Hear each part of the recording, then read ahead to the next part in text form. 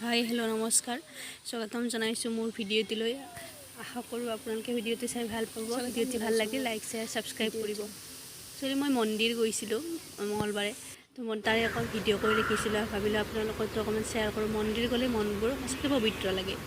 মনত যিমান দুখ থাকিলেও অশান্তি থাকিলেও সকলোবোৰ নাইকিয়া হৈ যায়, মনবোৰ শান্ত হয়।